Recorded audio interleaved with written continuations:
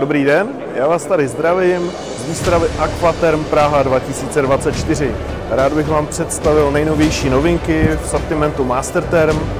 Jedná se o kompletní novou řadu tepelných čerpadel R290 v provedení vzduch-voda, které jsou na novém chladivu R290. Jedná se o přírodní chladivo, které nám umožní výstupní teplotu z tepelného čerpadla až 75 stupňů. Je to novinka v sortimentu, která má vyřešenou bezpečnost vzhledem k užití propanu v tepelném čerpadle a je připravená pro vaše instalace. A teď bych tady rád přivítal pana Davida Lišku ze společnosti Mastertherm, kterého bych poprosil, aby nám představil nové funkce na ovládacím displeji, který je součástí tepelných čerpadel Mastertherm. Děkuji za slovo. Stojíme tady u dotykového displeje PGDX. Jedná se o základní výbavu všech našich tepelných čerpadel.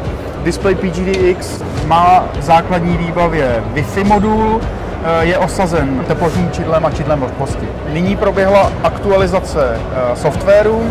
Jako hlavním bodem bych chtěl zmínit řízení tepelného čerpadla pomocí fotovoltaiky. My jako výrobce tepelných čerpadel si můžeme určit, s jakým zařízením budeme spolupracovat.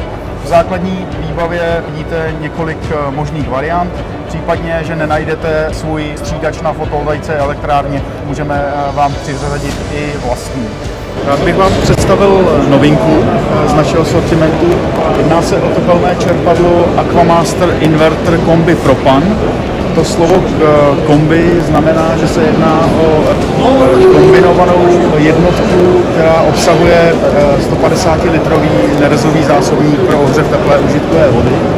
Je osazen frekvenčně řízeným kompresorem o výkonu 1 až 6 kW. Slovo propan je tam důležité v tom, že se jedná o nový typ chladiva na bázi čistého propanu.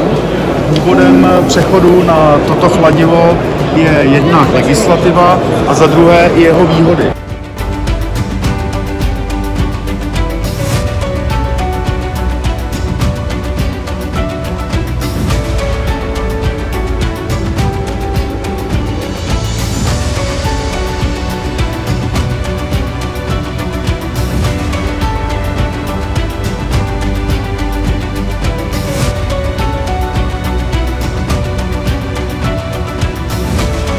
Společnost Premium Klima jako náš certifikovaný partner společnosti Mastertherm je již oprávněn montovat tepelná čerpadla s chladivem R290 Propan a můžete se na ně obrátit pro nabídku a technickou konzultaci.